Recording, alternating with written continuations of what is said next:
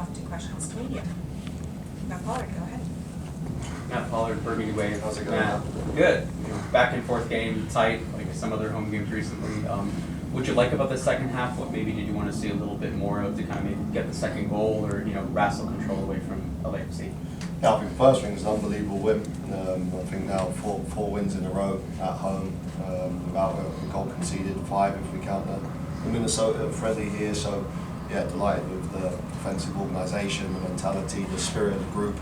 I think probably another game where it could have been a little bit more comfortable. Obviously the penalty, we lose a bit of momentum with that miss, but I also think at the start of the second half we had a couple of really good situations. Paxton had a big chance at the back post, which would have made the game a bit more comfortable. And then obviously when they throw Sonny and Mwanga into the game late on, forced us back a little bit. So I'd like to have seen us be a little bit better with the ball, but still within those moments we still had some really nice build-ups, and I think it was difficult to make the game compact with the ball because we were just breaking through and we had such good situations, big overloads going into their box. So of course that's an area where we have to be more decisive. Like we score the second, maybe then at least the third, but certainly be a lot more comfortable at the end. But yeah, regardless of that, certainly if we can't score the second, it's brilliant that we're showing the ability to keep the clean sheets. Hi, Coach Keith Richardson, NBS Media. Yesterday you had talked about how Yusuf has the ability to maybe play a little bit out of the structure and create. Just wondering what your thoughts were on his performance tonight and if he was able to do that for you. Yeah, I thought, listen, again, I just said in the dressing room, it's another big moment for him. We know is one of the big reasons we brought him in was his set play quality, so it's another great delivery against their high line. He puts it in the right space between the defensive line and the keeper, and as we've said in the last day's preparation, we know their line's quite high around the box, so as long as we get good quality into that area, we're either going to score or maybe even they could score an own goal, which is exactly what happened. So credit to Rob Burch there, great information to use him, but the player is the one who has to execute. And, yeah, I thought his general performance was again very good. He showed his quality, he showed the difference that he has got in those positions. But there's no doubt physically he still needs to get up to the level to produce the intensity that we need consistently. But the only way to arrive there is to keep getting minutes in games. So yeah, I think a really strong first start for him at the club. Coach, Spencer Moulton, Burgundy Wave. You see Cozy Thompson in the midfield and Noah Cobb in the midfield to end the game. How much do you practice maybe players playing a little bit out of position, and how much confidence do you have in these players? Yeah, Cozy actually didn't last long in there because he came into midfield, and obviously Miguel I made the concussion sub just to protect Miguel, even though he was adamant he was fine. Once you see a player doing what he was doing, I'm never ever going to take that risk to try and win a football match. So every day of the week, that's the right thing to do. So once I then took him out, then it was Cozy to left back, and then bringing Noah into midfield. And I'd be lying if I said I've ever practiced with Noah in midfield. That's just a moment of needs must. Josh got a really stupid suspension the other day with a ridiculous challenge when he knew he was one booking away. So to the bench, you've got no Josh Atencio to put in there. You've obviously got no Ted Kudu Pietro to put in there because he's out with an injury. You've got no Jackson Travis because he's injured. So it's really looking around, okay, who's the most suited to going into that position. They were attacking a lot more on the outside in that moment, so I thought it was better. Cozy's played a lot at left back, had a really strong game against San Diego there, so it made more sense to put him at left back and then Noah just to do a job next to Wayne in midfield. And I thought he did a really, really good job in there as well. But yeah, it shows the team spirit that we've got. Hi Coach, this is Won Jung from Good Day Sports. How's it going? Good, thank you. So Sonny and you guys were in the same team a little more than 2 years. So was it helpful to block him today, even if it's only in the second half? Yeah, I think seeing their manager's comments before the game, I had a suspicion they might make some changes. I don't think a big deal should be made of that. We also made changes. I think probably the most common starting partnership I've had on the wings is Meningu and Dante Seeley, who I guess would be then considered our version of Son and Mwanga.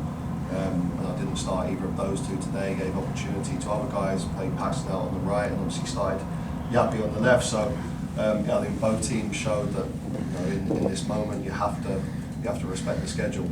And when you play, I can't speak for them, but when you play the style of play that we play, the high tempo, the pressing. You see how well we pressed against Kansas City. That you expend energy, that takes effort. So I thought we got the balance right tonight in terms of enough freshness, enough changes, but you also don't want to change a winning team, and certainly a back four that's consistently, and a keeper consistently producing clean sheets. As I said at the outset, to four home clean sheets in a row is pretty good going for a team that plays out from the back, and a team that presses high, and a team that holds the halfway line. Usually those things come with risk, and you play that way, but then maybe you suffer a little bit. But yeah, I'm delighted with where we're at from a tactical organisation point of view, and the players are feeling so comfortable in our way of playing that they're able then to go and execute. But yeah, certainly when Sonny and Mwanga came into the game, I mean, we'd done a lot of work yesterday, always assuming they would start the game. I thought it was much better to be prepared that way than if they don't start. Okay, that's a nice surprise, but I think as soon as they came into the game, the lads adjusted. We changed everything. The pressure changed. Hamzat then sat on Sonny when Hamzat was jumping up previously to that. And Reggie stopped going on overlaps. He just stayed with Mwanga, which is exactly how we rehearsed it yesterday. So yeah, I thought it worked really well, and it was a big catalyst for us getting the clean sheet. Coach Matthew Wickway at Cast Minutes on the match. Feels like we just did this a few days ago, but perfect at home, 4 wins, 1 goal conceded since the World Cup. You're now on a 2.4 point per game streak. That's got you in 7th place and 5 points out of a home playoff hosting opportunity. What are you driving home after a match like this as we go to San Diego, and then even more so into Salt Lake, to start looking higher up the table?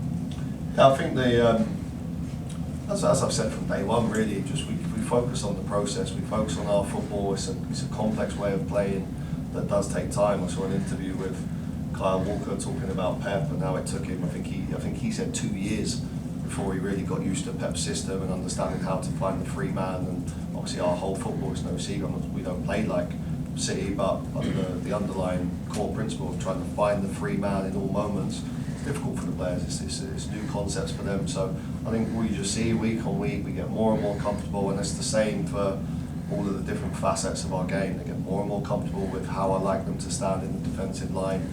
They get more and more comfortable with knowing when to squeeze and when to drop. They get more and more comfortable with defending around the box, and it's the same with our stuff in possession.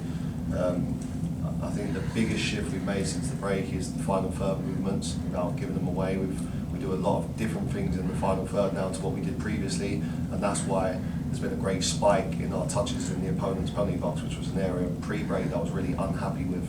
Or not unhappy with, it was just a consequence of analysing at the break, okay, where are we at? And that was an area I thought, okay, well, that's not sustainable. If you're only getting into the opponent's box X amount, and we ranked, I don't know, 20th or something in the MLS, that's not really going to win us the MLS Cup. So made a lot of changes tactically in terms of how we operate in the final third.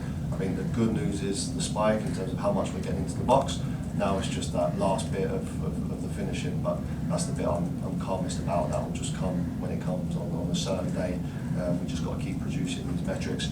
And then the area that I think the guys are growing with is just the defensive confidence as a team. And I think you see at the end of the game, one of my assistants actually came up to me right at the end and said, "Oh, should we change to a back 5?"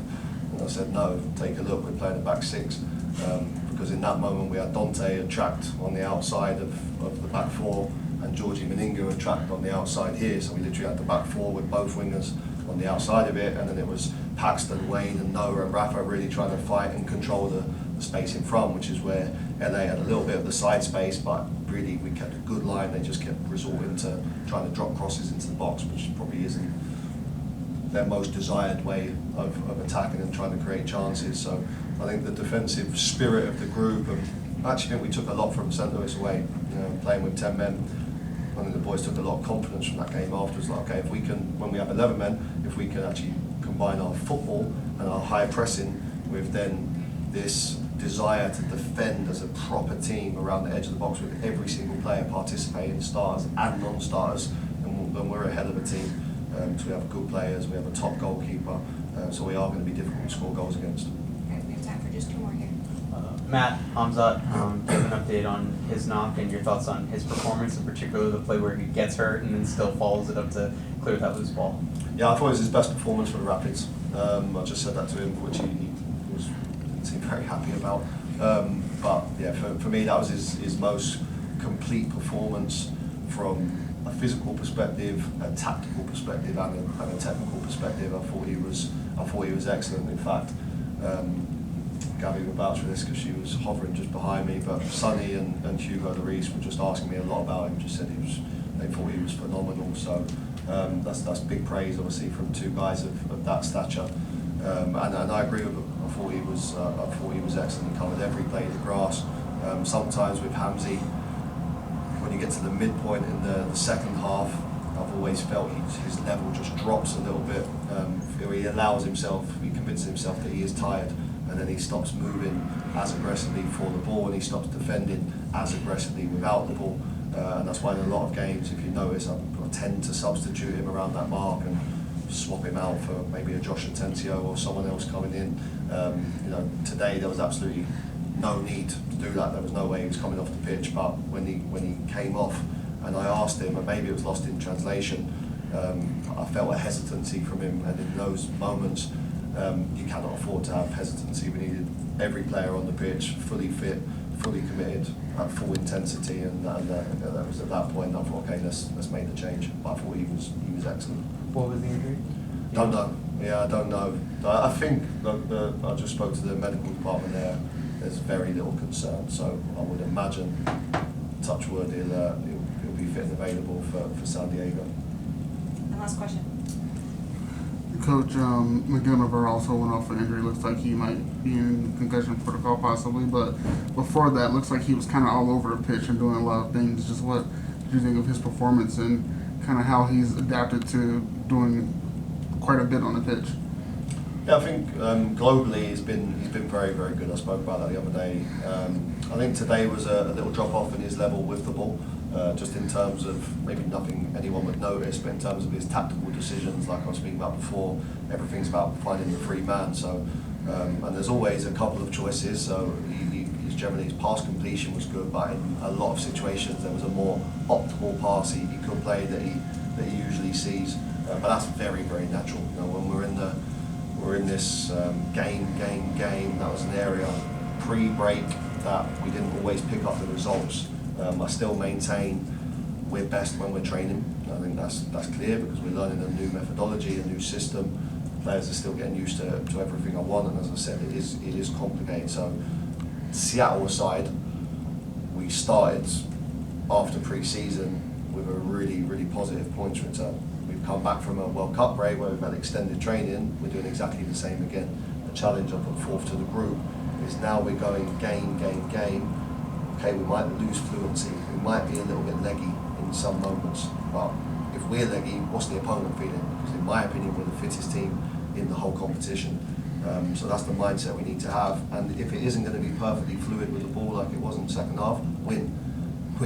Don't concede chances, make sure every player's participating defensively and come away with 3 points, and no one's going to be, I might come in next week and be showing the guys, okay, we can do this better, we can do that better, but only it's always nicer to be analysing and debriefing with the 3 points in the back pocket. So I think we're finding a really nice position as a group. I don't think it was Miggy's best game, but he was excellent defensively. And then towards the last stage of the game, he obviously had big help from the winger. And then once he had to go off, the thing with the fine line with me is he has a craftsmanship and a gamesmanship that helps you in a lot of situations, and then in the other situations it doesn't. So the example, I was very angry with him after we played Dallas here at home, and in the last stage of that game we need to score, and he tried to, like, as the ball was in the air, he took a glance at his man and tried to nudge him, but then the ref gave a foul. And then suddenly we're defending the free kick, we can't attack when the ball was going out of play anyway.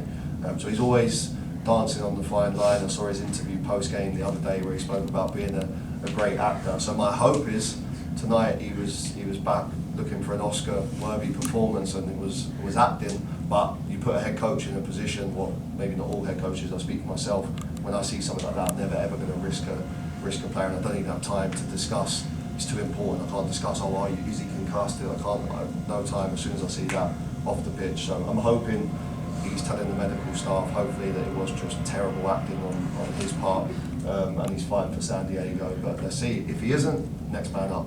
It's a great opportunity then for whoever I start to try and take the shirt, and then Miggy's got to fight his way back in. That's the culture we want here.